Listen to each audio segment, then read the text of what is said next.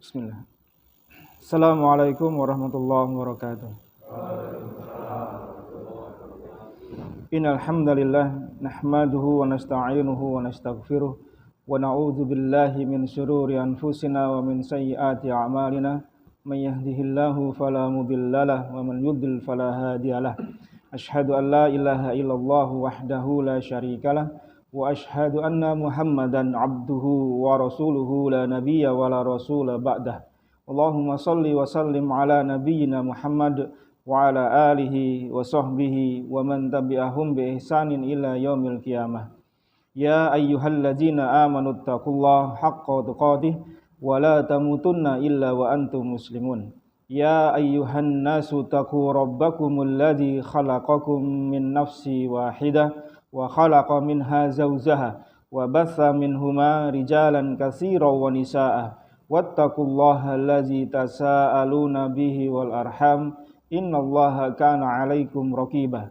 Ya ayyuhalladzina amanu taqullaha wa qulu qawlan sadida yuslih lakum a'malakum wa yaghfir lakum dzunubakum wa may yuti'illaha wa rasulahu faqad faza fawzan 'azima.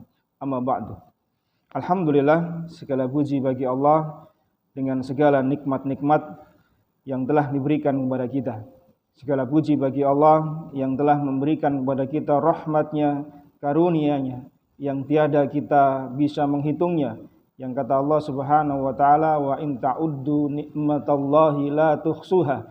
Jika kalian menghitung-hitung nikmat Allah, maka niscaya kita tidak akan mampu untuk menghitungnya. Mulai dari kita bangun tidur hingga kemudian kita tidur kembali dalam keadaan sehat, dalam keadaan afiat, dalam keadaan kita bisa beraktivitas, terutama untuk menyembah Allah Subhanahu wa taala dengan berbagai macam aktivitas ibadah kita. Semua ini nikmat dari Allah Subhanahu wa taala yang patut kita syukuri.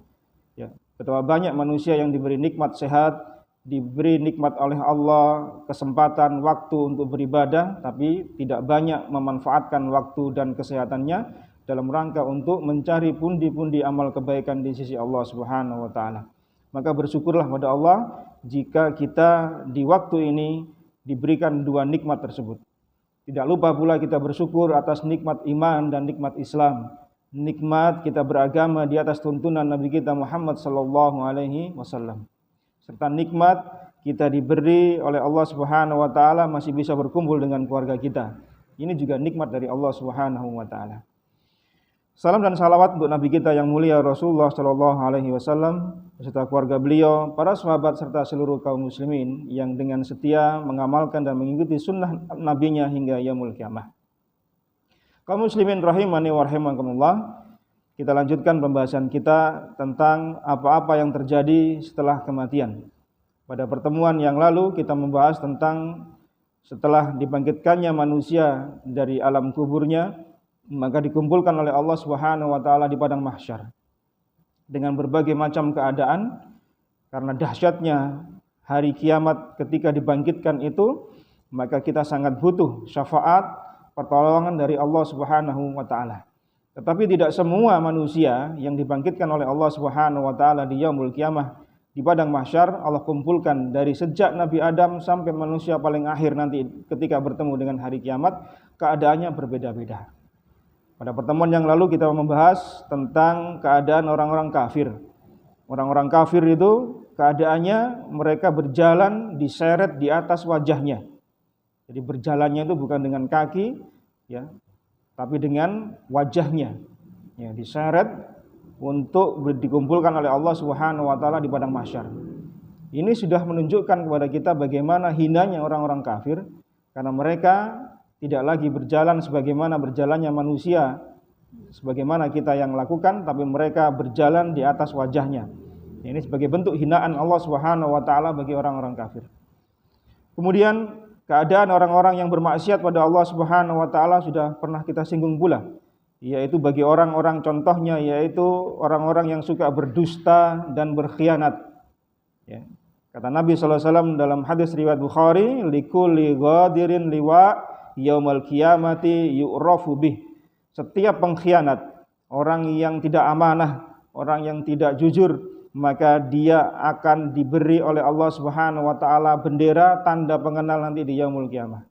Ya, bukan lagi ID card yang bisa kita pakai untuk masuk ke ruangan-ruangan tertentu, tetapi tanda bahwasanya dia itu pengkhianat, tidak amanah, dan itu dikenali oleh seluruh makhluk di padang mahsyar.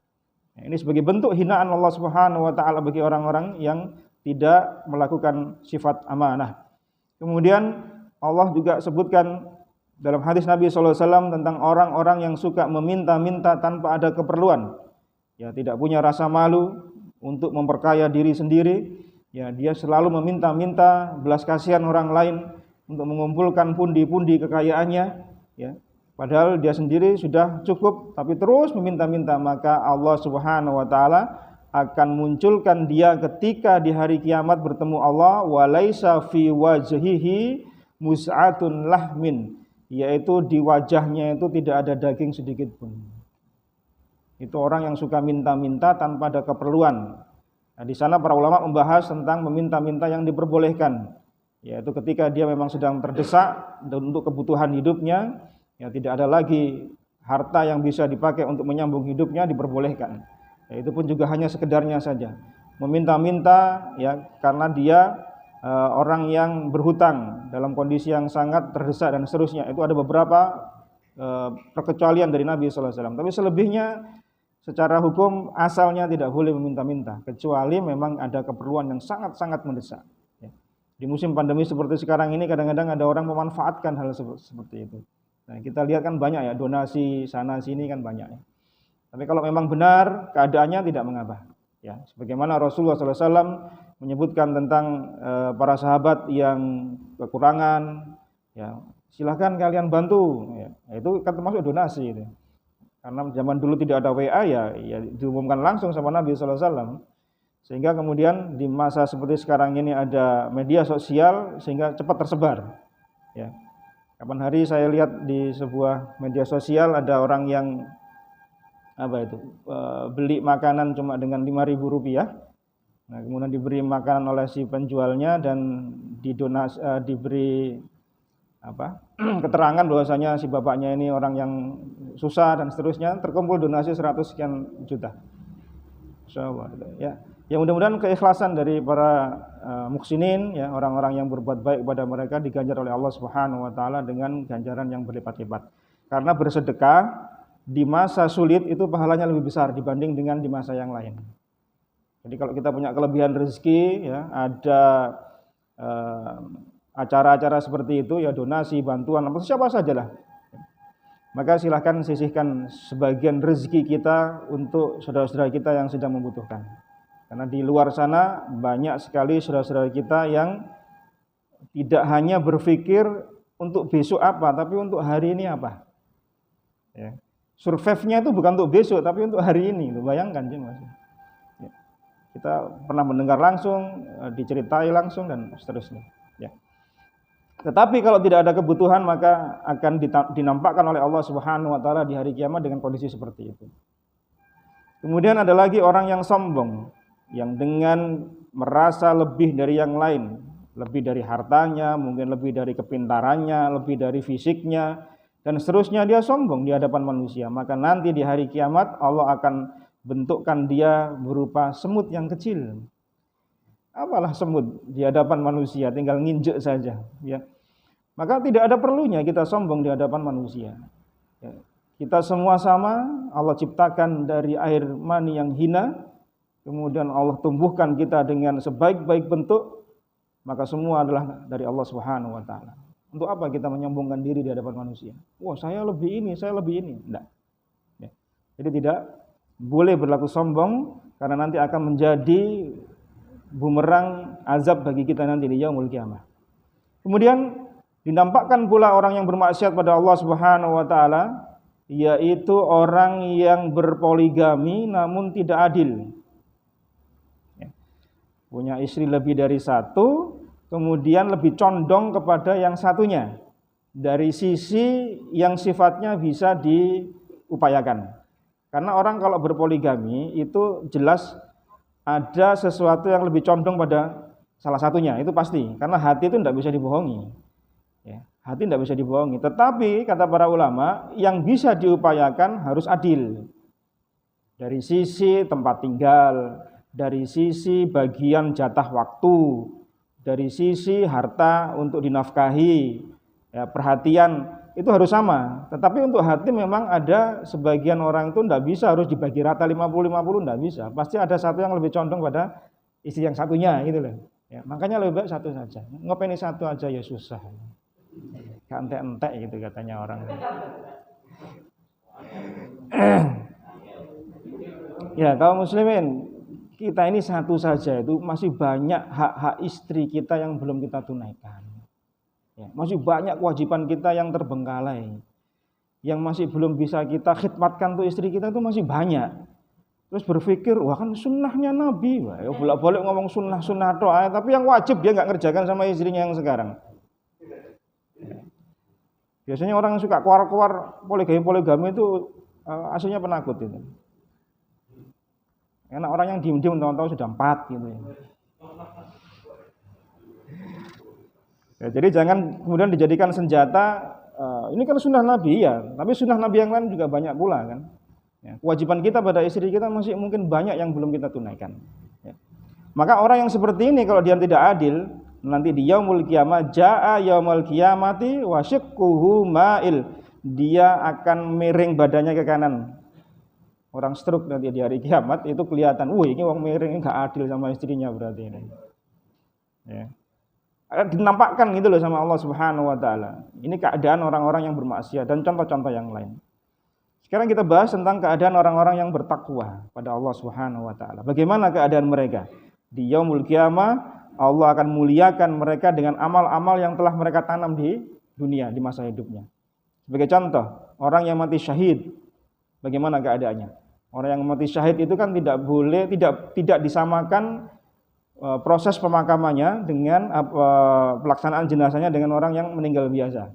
Ya, tidak dimandikan, tidak dikafani, dia dimakamkan sebagaimana keadaan dia terakhir kali syahid. Dan nanti di yaumul qiyamah kata Allah Subhanahu wa taala, kata Nabi sallallahu alaihi wasallam, bahwasanya darah yang mengucur itu akan menjadi harum semerbak minyak kasturi. Makanya enggak boleh orang yang mati syahid itu kemudian dibersihkan lukanya, enggak. Mereka dimakamkan sebagaimana keadaannya mereka ketika meninggal dunia.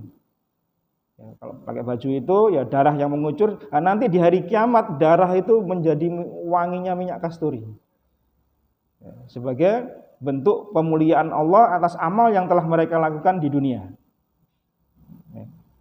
Kemudian orang yang berpuasa di yaumul qiyamah nanti akan mendapatkan wangi dari bau mulutnya.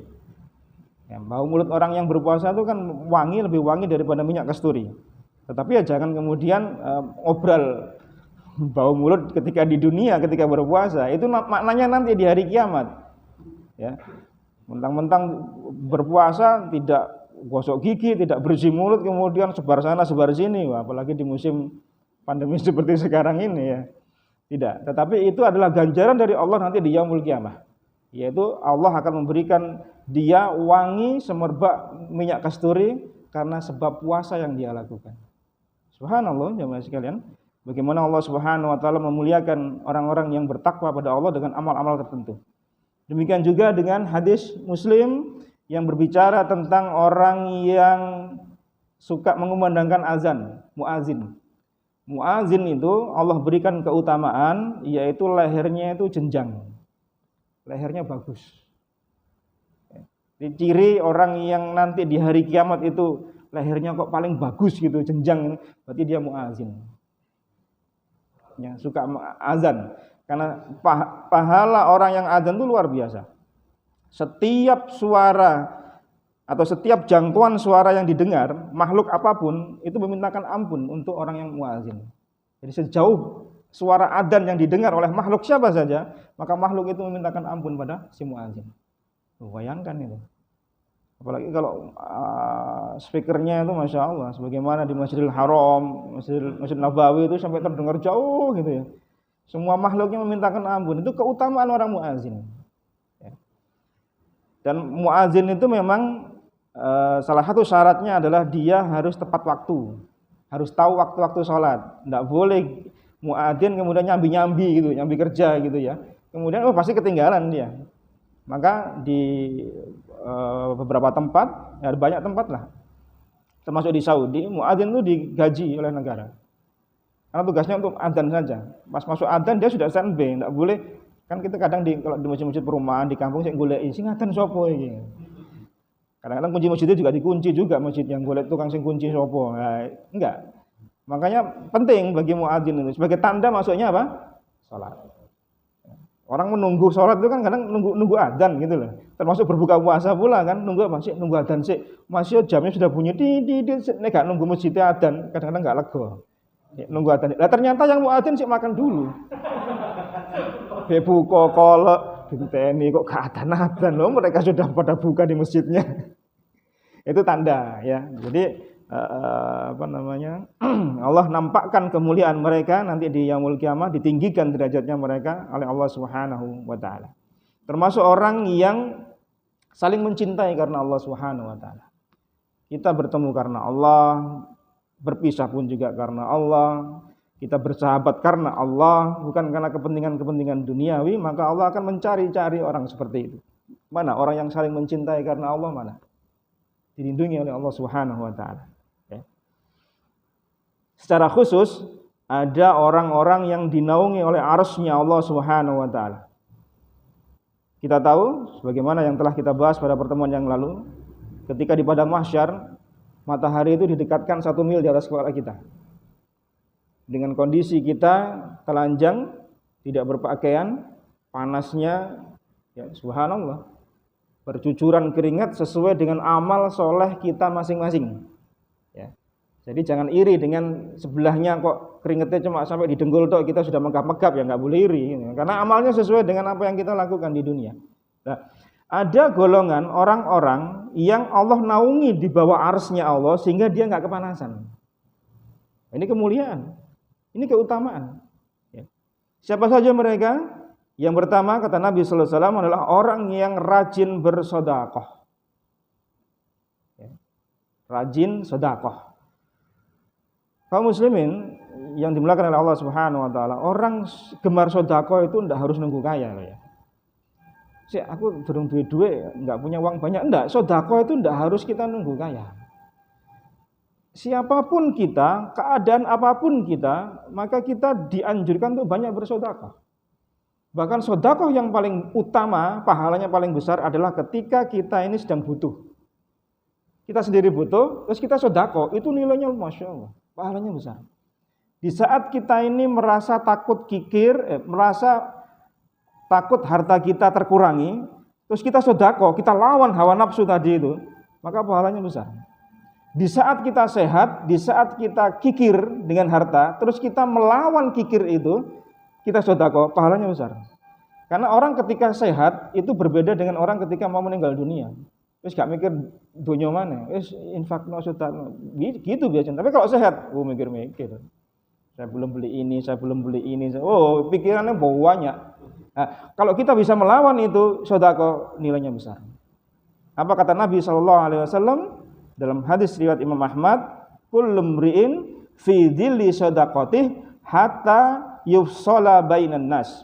Setiap orang akan ada di bawah naungan sedekahnya sampai kemudian perkaranya diputuskan oleh Allah Subhanahu wa taala. Jadi sedekah itu akan memberi naungan kita nanti di yaumul qiyamah. Seberapa besar kita sedekah, ya seperti itulah yang kita akan dapatkan nanti di yaumul qiyamah. Ya, apalagi kalau misalnya sudah orang tuanya ada yang sudah meninggal gitu ya. Orang tua kita nggak bisa sedekah lagi kan, nggak bisa beramal lagi kan. Maka banyak para ulama menasihatkan kita sedekahkan. Ya, bersedekahlah atas nama orang tuamu. Walaupun 1 real. Ya, kalau di Arab sana, mungkin kalau kita mungkin ya pokoknya 1.000 2.000 pokoknya tiap hari rutin sedekah atas nama orang tua kita. Itu disunnahkan. Ya, itu dianjurkan oleh agama kita. Apalagi untuk diri kita sendiri, ya, perbanyak sedekah. Karena setiap hari anggota tubuh kita ini dimintai untuk bersedekah. Tulang-tulang kita ada 360 tulang. Itu dianjurkan oleh Allah untuk bersedekah. Dan itu bisa tertutupi dengan sholat duha 2 rakaat. Kita nggak mampu sedekah, ya sholat duha. Tapi jangan kemudian setelah salat duha kemudian jadi orang bakhil. Aku sedekah kok kamu mana mau salat duha. Ada orang butuh nggak mau ngasih ya jangan. Itu sebagai apa? Sebagai pelengkap. Jangan kemudian menjadi pengganti gitu loh. Masih mampu punya harta ya silahkan disedekahkan. Intinya apa? Orang yang suka bersedekah akan dinaungi tidak mendapatkan dahsyatnya hari kiamat. Yang kedua, yaitu sebuah hadis yang diriwayatkan oleh Imam Muslim, man anzara mu'siran aw wada'a anhu adallahu Allah fi dhilli. Barang siapa memberi tenggang waktu, tempo bagi orang yang sedang dalam kesulitan untuk melunasi hutangnya atau membebaskan sekalian, maka Allah akan naungi dia di hari kiamat. Jadi yang kedua ini adalah orang yang melunasi hutang orang lain. Dia punya hutang dengan orang lain, kok suwe gak bayar-bayar, kasih tempo. Karena hukum asalnya orang yang memberikan hutang itu ngasih tempo. Pak, saya punya hutang, saya hutang 1 bulan saya bayar. Catat. Nah, hutang jangan lupa dicatat. Sekecil apapun hutang kita catat. Karena nanti akan jadi hal buruk kalau kita nggak saling mencatat. Yang satu mengklaim sudah bayar, yang satu merasa nggak bayar, dan seterusnya. Ya. Kemudian satu bulan ternyata dia belum bisa melunasi karena satu dan lain hal. Maka dia minta tempo lagi. Kasih tempo lagi. Begitu seterusnya. Setiap tempo yang kita berikan pada orang yang kita hutangi, maka nilai uang yang kita hutangkan pada orang itu dinilai oleh Allah sedekah setiap hari sampai temponya itu berikutnya. Paham maksudnya? Kita menghutangi orang 1 bulan. Waktu hari H membayar, dia minta lagi, Pak, minta 1 minggu. Dia hutang 1 juta misalnya. Maka selama 1 pekan kita dihitung oleh Allah sedekah setiap hari 1 juta. Dia minta tempo lagi berikutnya, maka Allah akan lipat gandakan 2 kali pahalanya. Kita sama dengan sedekah 2 juta, 2 juta. So, pusing mampu sedekah 1 juta, enggak ada mana-mana. Tiap hari lagi. Ini pahalanya seperti itu, memberi tempo. Kalau ingin pahala lebih besar apa? Bebaskan, wis enggak usah bayar. Nanti kita akan dinaungi oleh Allah di hari kiamat. Tapi yang seperti ini tidak banyak orang punya kelebihan harta dan kelapangan seperti ini. Biasanya dijagakno gitu loh. Ya. Nah, lumayan lah kena gaya nyaur-nyaur yang lain gitu misalnya ya. Jadi kalau ingin mendapatkan pahala dari Allah, maka banyak sedekah. Kemudian kalau ada kita punya piutang dengan orang lain, maka bebaskan saja. Ya. Atau potonglah. Ya, sampai misalnya 1 juta, saya bayar 500, sing 500 tak sedekahno. Misalnya gitu kan ada orang bayar seperti itu. Tidak mengapa, ya. Kemudian siapa lagi yang dilindungi oleh Allah di hari kiamat nanti? Datang hadis yang dibawakan oleh Imam Bukhari dari Abu Hurairah radhiyallahu anhu tentang 7 golongan orang yang dinaungi oleh Allah di bawah arsy-Nya Allah pada hari kiamat. Pernah dengar 7 golongan ini kan? Ya. Saya bacakan hadisnya. Sab'atun yudhilluhumullahu ta'ala fi dhillihi yauma la zilla illa dhilluh. Ada 7 golongan orang yang akan dilindungi, dinaungi oleh Allah pada hari kiamat ketika tidak ada naungan kecuali naungan dari Allah Subhanahu wa taala semata. Tadi kita sudah bahas matahari yang dekat tadi, siapa yang mampu melindungi kita dari panasnya? Allah. Nah, ada 7 golongan yang Allah siapkan untuk dinaungi oleh Allah Subhanahu wa taala. Siapa itu? Yaitu yang pertama, imamun adil. Imam yang adil, pemimpin yang adil. Siapa pemimpin? Ya siapa saja yang merasa jadi pimpinan ya harus adil. Ya di sini juga jadi pimpinan ya harus adil. Kalau enggak adil nanti ya enggak dapat ini nanti ya. Yang lebih difokuskan lagi apa? Pemimpin rakyat. Ya, ulil amri kita dan seterusnya. Adil dengan rakyatnya. Maka dia akan dinaungi oleh Allah Subhanahu wa taala di yaumul qiyamah. Yang kedua siapa? Wasyabun nasya'a fi ibadatillah. Pemuda yang sibuk hidupnya ya untuk ibadah pada Allah Subhanahu wa taala. Mengapa Nabi menyebutkan wasyabun, pemuda? Karena kebiasaannya pemuda itu, tabiatnya itu di masa mudanya itu suka apa? Hura-hura. Suka seneng-seneng, suka bebas, masih mencari jati diri katanya orang. Ya, ikut sana, ikut sini, hura-hura. Tapi ternyata ada pemuda-pemuda yang tumbuh kembangnya itu untuk ibadah pada Allah. Ini luar biasa. Karena nggak banyak gitu loh, nggak banyak. Maka Allah sebutkan di situ dia masuk bagian dari orang yang dinaungi oleh Allah. Karena tidak banyak jumlahnya. Kalau banyak mungkin nggak disebut, atau umumnya orang akan seperti itu mungkin nggak disebut sama Allah. Tapi karena ini adalah sesuatu hal yang istimewa, maka Allah sebutkan. Karena fitrahnya biasanya pemuda itu ya gitulah, ya kita pernah muda semua lah ya. Enaknya orang tua itu karena pernah muda, yang muda belum pernah tua. Jadi sudah merasakan, makanya yang muda-muda kalau dituturi sama yang tua itu nurut saja. Ya, ikut, karena yang tua itu sudah pengalaman masalahnya. Sudah pernah kejeglong, sudah pernah salah, sudah pernah ngalami. Yang muda masih coba-coba. Maka jangan kemudian nyoba-nyoba yang salah. Yang tua sudah pernah ngelakoni soalnya. Dituturi gitu loh sama yang tua. Nah, itu yang muda ingat loh ya. Kalau diberitahu sama yang tua itu diikuti saja. Itu mungkin insyaallah kebaikan-kebaikan ya. Yang ketiga apa kata Nabi sallallahu alaihi wasallam, wa rajulun qalbuhu mu'allaqun fil masajid. Laki-laki yang hatinya itu kepencut terus dengan masjid. Hatinya itu rindu dengan masjid. Masjid ibarat rumah kedua bagi dirinya. Tapi di musim pandemi seperti sekarang ini banyak masjid yang di lockdown, banyak masjid yang masih berjarak dan seterusnya, hingga kemudian kita masih sulit untuk kemudian menaruh hati kita. Tapi insya Allah kalau di musim sebelumnya kita sering ke masjid, ya senang dengan masjid, insya Allah pahalanya masih tetap ngalir. Ya. Jangan jauh dari masjid ya. Kaum laki-laki jangan jauh dari masjid. Dekati masjid, maka mudah-mudahan kita masuk pada golongan yang ketiga ini. Hati kita ini rindu dengan masjid.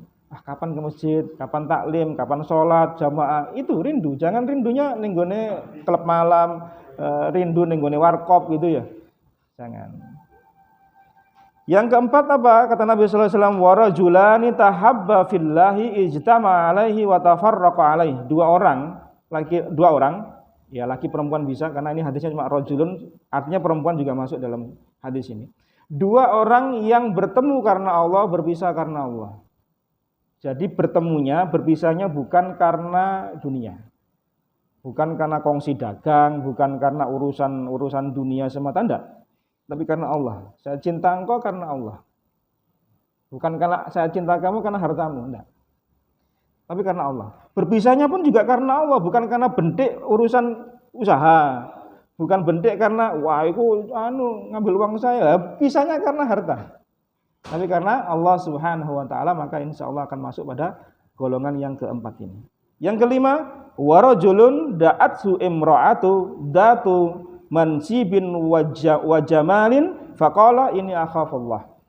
Yang kelima ini adalah laki-laki yang diajak maksiat oleh wanita cantik dan berpengaruh, punya jabatan. Cantik, berpengaruh. Kira-kira tabiatnya laki-laki gimana ini? Ikut apa enggak? Cantik loh ya. Punya pengaruh loh, punya kekuasaan, punya jabatan. Ikut enggak? Biasanya orang ikut. Apalagi di luar tempat tinggalnya, bukan orang mukim situ. Ya, kita di Surabaya, kita di luar kota misalnya, diajak maksiat, diajak berzina, mesum sama wanita model seperti ini, pasti iya saja. Karena apa? Keluarga nggak tahu, tetangga kampung nggak tahu, teman-teman kita nggak tahu. Tapi orang ini mengatakan, inni akhafullah. Sesungguhnya saya takut pada Allah Subhanahu wa taala. Ini yang terjadi pada Nabi Yusuf alaihi salatu wassalam. Ketika beliau ya dikunci oleh istri dari Perdana Menteri yang tinggal di rumahnya, ya, yang Nabi Yusuf di sana, kemudian diajak berbuat mesum, ya, Nabi Yusuf lari ke pintu, ditarik bajunya, yang sobek mana, depan sama belakang. Kalau depan berarti Nabi Yusuf yang meruda paksa yang wanita, tapi sobeknya bajunya Nabi Yusuf di belakang, berarti Nabi Yusuf lari ditarik. Ya. Yang kata para ulama, kisahnya Nabi Yusuf adalah bentuk kesabaran terhadap maksiat yang sempurna. Karena apa? Nabi Yusuf masih muda. Dia bukan orang mukim Mesir, rantau. Orang rantau biasanya rasa malunya lebih sedikit dibanding kalau dia ada di kampungnya. Ya. Kerja apa saja, kalau orang rantau itu kan loss gitu ya. Karena apa? Orang kampungnya nggak ada yang malu-maluin dia, misalnya kalau kerjaannya tidak seberapa gitu ya. Tapi kalau orang di luar dia musafir kerja, ya loss lah. Orang rantau kan apa aja, yang penting dia dapat hasil. Nabi Yusuf seperti itu kondisinya. Yang kedua, yang ngajak orang cantik, bukan jelek loh ya. Nek jelek mungkin kita nolak, ya pantes, wong elek ya. Loh ini istrinya itu yang ngajak untuk berzina itu cantik. Ya, coba kalau kita kondisi kayak gitu gimana kondisinya? Hancur kita sudah. Nah, orang seperti itu nolak, ya, takut kepada Allah, maka akan dimasukkan pada golongan yang kelima ini. Yang keenam siapa? Warajulun tasaddaqa bi shadaqatin fa'afaha hatta la ta'lama shimaluhu ma tunfiqu yaminuhu. Laki-laki yang sedekah, kembali sedekah disebut di sini, diam-diam sampai-sampai tangan kirinya tidak tahu apa yang dilakukan tangan kanannya. Dia sedekah, istrinya tidak tahu. Anak-anaknya tidak tahu, keluarganya tidak tahu kalau dia sering bersedekah. Tapi dengan syarat tidak menelantarkan hak-hak nafkahnya keluarga, ya. Jangan kemudian saya sedekah, kemudian ternyata istrinya kekurangan masak, kekurangan bahan makanan, dan ini kemudian dia minta, enggak, saya enggak punya uang, padahal sudah disedekahkan. Enggak benar. Istri penuhi dulu, anak-anak penuhi dulu, dia mau sedekah silakan. Itu amalan rahasia kita di hadapan Allah Subhanahu wa taala. Dan dinasihatkan oleh para ulama kalau kita itu disunnah atau dianjurkan punya amalan rahasia yang tahu hanya Allah kemudian kita. Kalau bisa orang lain nggak tahu. Itu akan jadi pahala yang besar nanti di hari kiamat. Bisa nolong kita nanti. Jadi syafaat kita nanti di hari kiamat. Ya. Jangan sering-sering cerita bolak-balik di media sosial cerita, ini cerita, nggak usah banyak. Baca Quran ya selesai sudah lah. Jangan alhamdulillah 5 juz hari ini, alhamdulillah.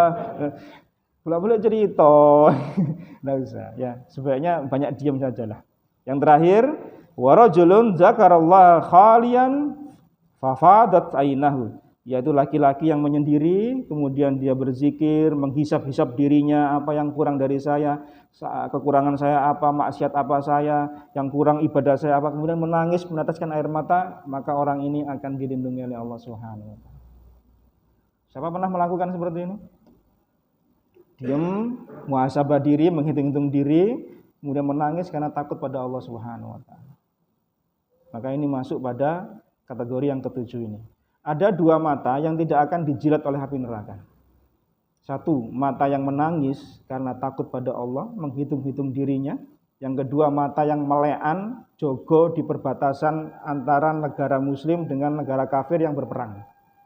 Melean, bukan jagongan sampai nunggu bola, nunggu lihat wayang, nonton apa, enggak.